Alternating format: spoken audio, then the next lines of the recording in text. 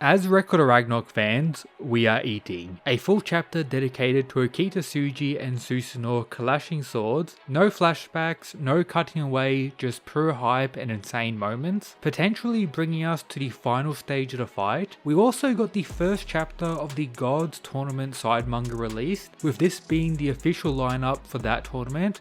As you can see, there's a lot of very interesting choices that I'm betting got a lot of your guys' attention now. Throughout chapter 1, we got a lot of these guys introduced, but not all of them, with the first fight being confirmed as Ra for the Egyptian gods, who has a lot of cool moments throughout this chapter, facing Cuchulainn, a Celtic or Irish pantheon god, who may or may not be the protagonist of this manga. The next video on this channel, when the full translations for this chapter drop, will be covering everything about this side manga. All the new characters introduced, everything, so make sure to subscribe for that. But now on to round 10, which as expressed in this other video has quite a few issues, but this month's chapter definitely delivered with some greatness. Previously we had Susanoo finally take this fight 100% seriously, showing us what the god of swordsmanship can truly do, and now Okita needs to amp himself even more, revealing that he is the sword demon of truth and ready to clash with this monstrous god.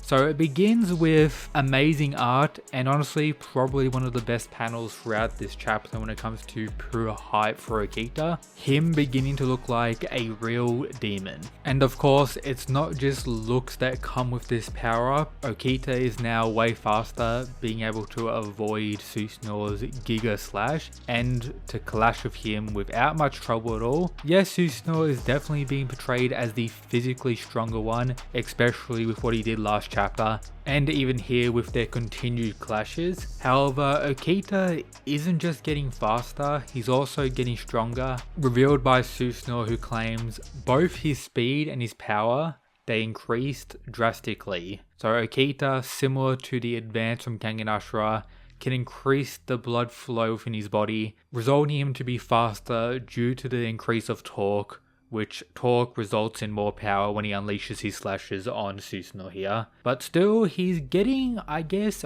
overwhelmed to a degree, partly due to the requirements to get around Susanoo's ability. When it comes to his big slash, there's a fatal range, one that does pretty major damage, one that could potentially injure your opponent, and then range where it shouldn't really do anything if you're prepared for it. Okita needs to pretty much stay in the harmless range or prevent Susanoo from using that attack entirely, meaning the ultra close quarters combat, slashing with swords. But of course, if he does allow Susanoo to unleash his attack, he's pretty much done for. So the increase of speed does help him in this regard, and Zeus does show some respect for Okita here, saying that he is the strongest in combat. He is living up to his hype. So of course, we don't know the accuracy of the translations in these chapters. When the, I guess, more trusted translation group dropped this chapter at the end of the month, which they tend to do more so recently, we'll have a better understanding of what exactly Zeus means here.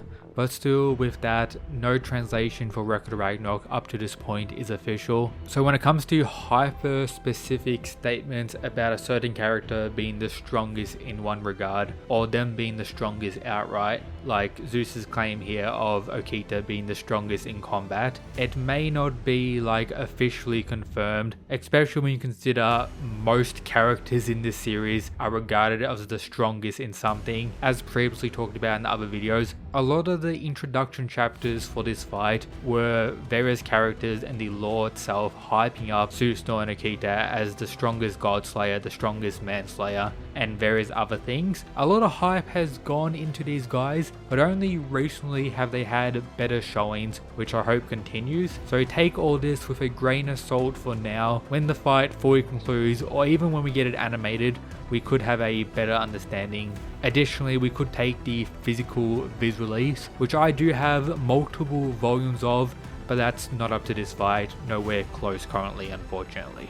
Now, as their fight continues, we once again need to show more respect for Okita, being able to land another slash on Susanoo here, who doesn't fall by any regard and continues to unleash his next attack, but still the fact that Okita so far in this fight is probably on the winning side when it comes to how much damage he's landed on Susanoo compared to what he's received, it's still crazy impressive. And when Susanoo gets another chance to unleash his monstrous blow, one that's even faster than before and is claimed as something that couldn't be dodged, Okita does something worthy of being considered a mad lad, amping himself even more. I'm imagining it's to a pretty dangerous degree, and I could see having a heart attack at some point throughout this fight, which may be he's volumed a heart or just something to do with this ability that he's abusing quite a bit now. Which, as a reminder and clarification,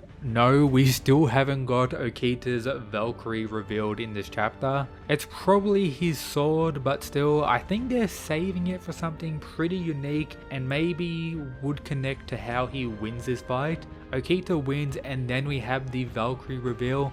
That could be an interesting approach, different to all the other fights, but who knows, maybe it could be next chapter. But coming back to what Okita does here, he's able to dodge the strike at least to enough to counter the full blow and not get one shot by Susanoo here. Still ready to throw hands, and then the chapter concludes with Susanoo once again going for another strike, saying, "I will finish this with the next one." My man is having the time of his life. A quick reminder, Susanoo is the one who wanted this fight. That's probably the entire reason he wanted to be part of this tournament, to face Okita Tsuji, who he has a lot of respect for. And so far, with Okita's performance and how much hype he's got from gods as well, he's definitely living up to what Susanoo wanted, what he's trained for his entire life, which is the unique factor about this fight, how Susanoo is different to every other god in a pretty major way.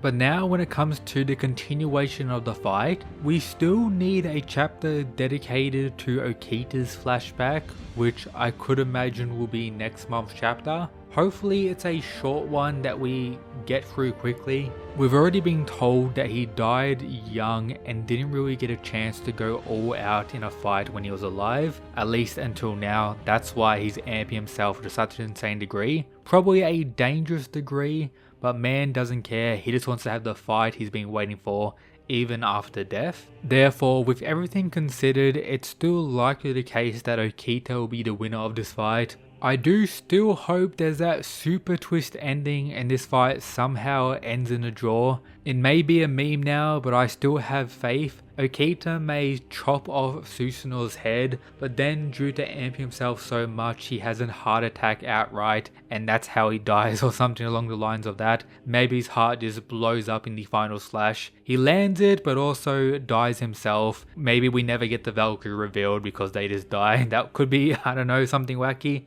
But who knows, that's pretty much everything for today's video. Check out the partner of the channel, GamerSupps. You can get 10% off all these amazing products using the link in the description. It also helps me make more videos like this. And of course, the Mad Lads, the members of the channel, thanks for all the support. That's it guys, peace.